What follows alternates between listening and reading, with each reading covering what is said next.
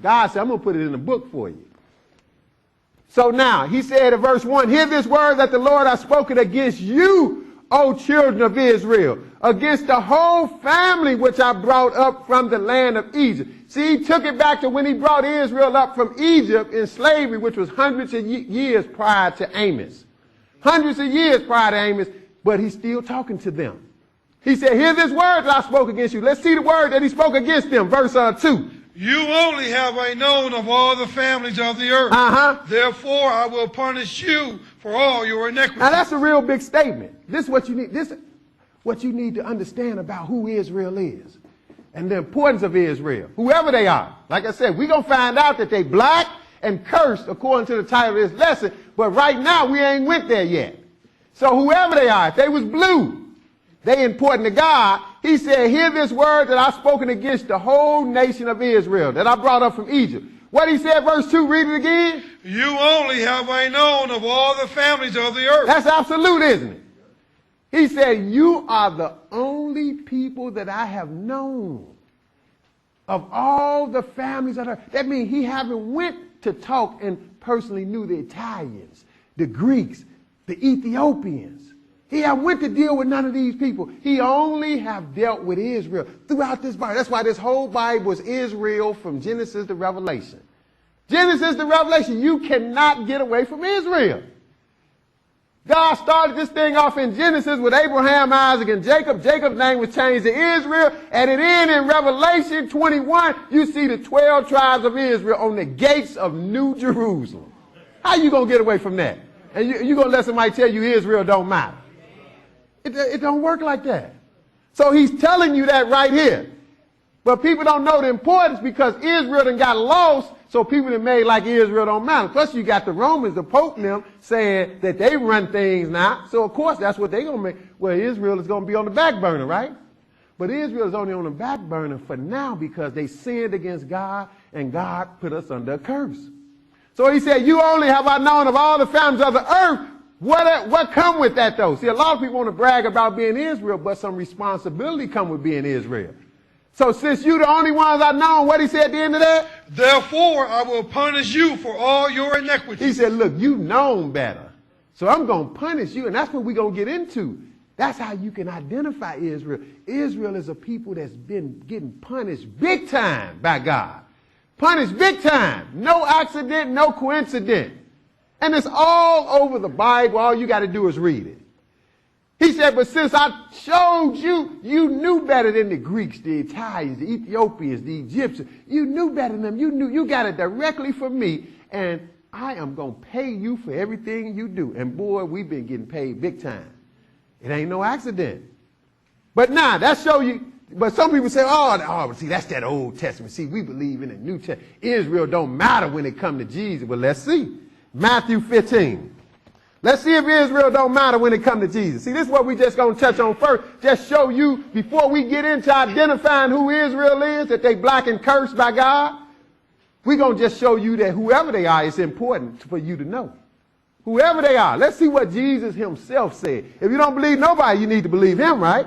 That's what people say. Oh, yeah, well, I believe Jesus. Well, let's see. Do you really? See, people don't really know Jesus like they claim. They don't know him.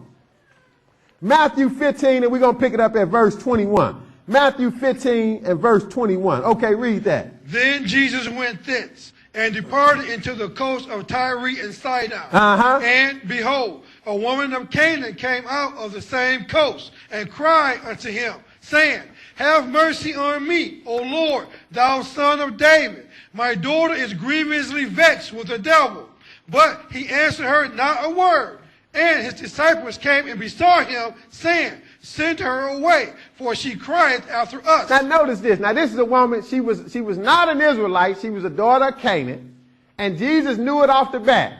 But she came and she had a reasonable request. Who wouldn't want the devil to be cast out their child? So that was her request. Which Jesus been doing this all over the landscape. He been casting out devils, doing miracles, healing people, doing left and right, right? He been doing it. That's how she know about him. She know he can do it. She got faith in Jesus. Now, this is an amazing thing that's going to show you the importance of Israel even to Jesus. Because this woman know he can do it. She come to him and she said, just have mercy on me, Lord. And she know who he is. Notice how she identified him. She said, have mercy on me, O Lord, thou son of David. See, she knew Jesus had to be a descendant of David. That's back to Israel. David was an Israelite of the tribe of Judah. Jesus had to come that way. He could not have been a Japanese. He could not have been a German. He could not look like the pictures that they done painted of him. He couldn't look like that. He couldn't look like that. We don't need no picture of him, period, black or white. But he couldn't look like the ones we've been seeing for a long time. But the bottom line is, she knew who he was. She said, have mercy on me, O Lord, thou son of David. My daughter is grievously vexed with a devil. Okay, so now this ain't nothing too hard for Jesus, is it? No. But it's going to be too hard for him because he didn't answer her first. And the disciples said, man, this lady bugging us. Basically, they said, why don't you take care of this lady and get this over with because she bugging the heck out of us. She was on them. What Jesus say? Verse 24. This is a big point. Pay attention to this. Like preachers always say, now listen, it's going to come now. Listen. And they don't never get to it ever. I'll be waiting. Wait, I'm going to hear. What are you going to say? They don't never get to it. Well, I want you to do. Listen to this now. Listen to what Jesus said. Verse 24. But he answered and said, I am not sent but unto the lost sheep of the house of Israel. You mean Jesus said that with his own mouth? See, people that made like Jesus, it don't matter when it comes to Jesus. Israel is thrown out the window. They didn't garbage can. It don't matter no more. Not according to Jesus, didn't it? He said point blank, I am not sent but unto the lost sheep of the house of Israel. That's a real big statement, isn't it? So what we read in Amos, that God said he only have known of all the families of this earth. He only have known Israel. And therefore he's going to end up punishing Israel for what they do. Jesus haven't changed that protocol or that order, has he? No. Jesus said, I am not sent but unto the lost sheep of the house of Israel. But see, that don't exclude the other sheep. That don't exclude the Italians, the Greeks, like they ain't got no hope when it come to Jesus, because eventually he knew he was going to get to them sheep. That's why in John 10 he said, yeah, I got some other sheep. I'm going to get to them. Don't worry about that. But this show you he got a plan. He got order on how he do things. That's why in Romans 2, Paul knew the order. He said the Jew first, then the Gentile. Isn't Jesus putting things in order? That's right. He wouldn't even heal the woman's daughter at first. He going to heal in the end because the woman just showed so much faith. Jesus said, okay, skip it. I'm going to go out of order for you this time. But he's showing you the order. Isn't that some order? Like the preacher say, I'm going to say it. Read that again because y'all don't hear me. Verse 24. But he answered and said, I am not sent but unto the lost sheep of the house of Israel. See, we haven't heard this nowadays. Whoever said this? What preacher teaching you that Jesus made a statement of this magnitude? So don't let nobody tell you who Israel is don't matter to Jesus, because he begged to differ, don't he? He said, I am not sent but unto the lost sheep of the house of Israel. That show you up at this time when Jesus came on the scene. Israel was already messed up. We already was called lost sheep. And boy, we lost more than ever now. You talking about lost. Boy, we lost 16 times worse than this. But he deal with Israel off the top. This is what it's showing you. But now we're going to read a little further because he made it clear to this woman. Because the woman was smart. She didn't give up. See, the average person who don't understand the way God do things and know that his way is right, they would have got mad at that stage. Well, Skip, forget you then, man. I thought you can do something. You can't do nothing. They would have got upset. Oh, you prejudiced. That's what they say. You prejudiced. Look, God know what he's doing. God got order. So let's see what the woman, the woman was smart. She says, I just want my blessing. What she say? Verse 25. Then came she and worshipped him, saying, Lord, help me. See, she got even more persistent. She said, now he just said I'm only sent to the lost sheep of Israel. She said, that's okay. I understand, but Lord, just help me. Help me. But now Jesus is even persistent with what he's saying. What he say?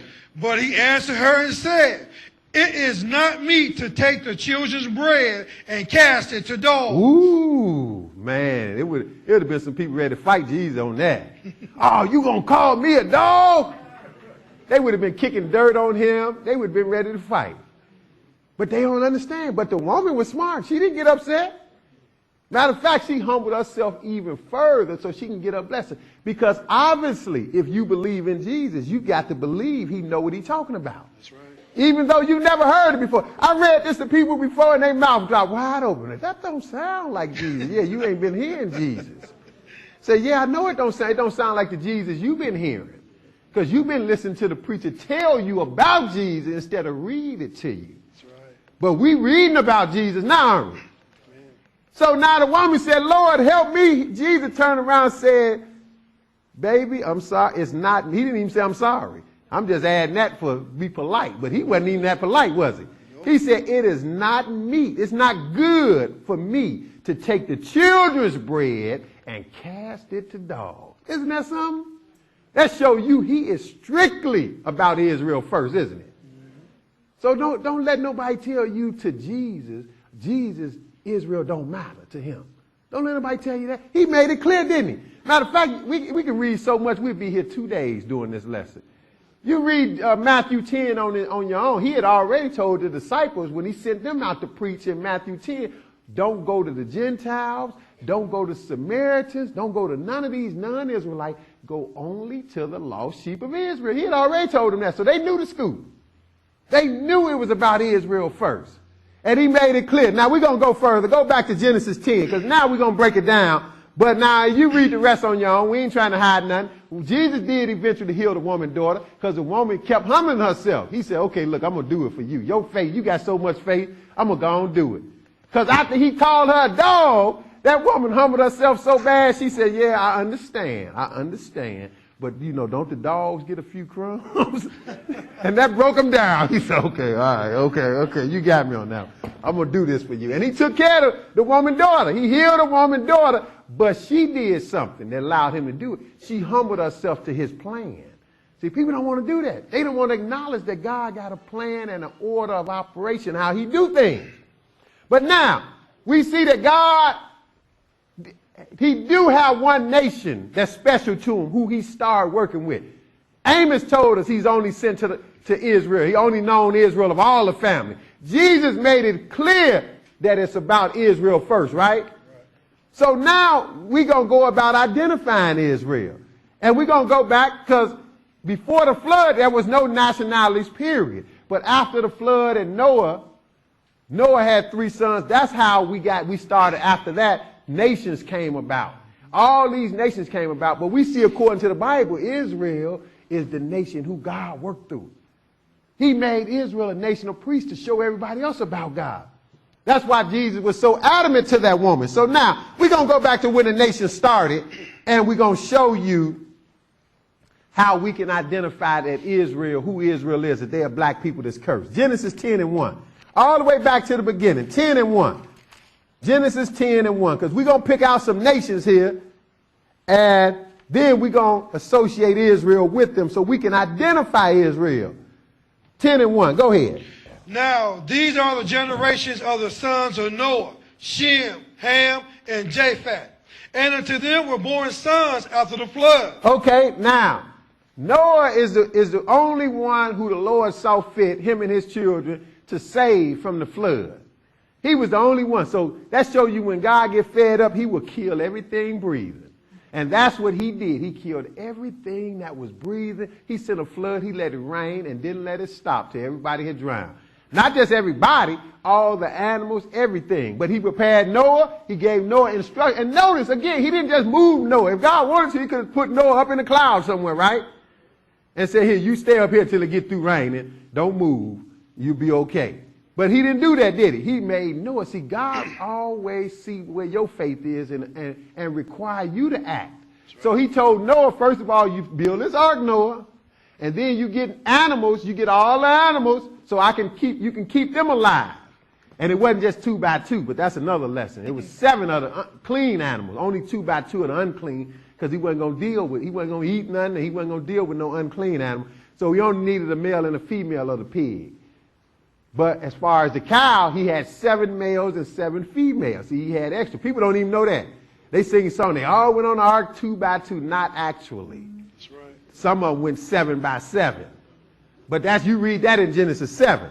But anyway, it all started with Noah started over with Noah and his 3 sons, which we're reading about here. Noah's sons were Shem, Ham, and Japheth, and unto them were sons born after the flood. So they started having sons.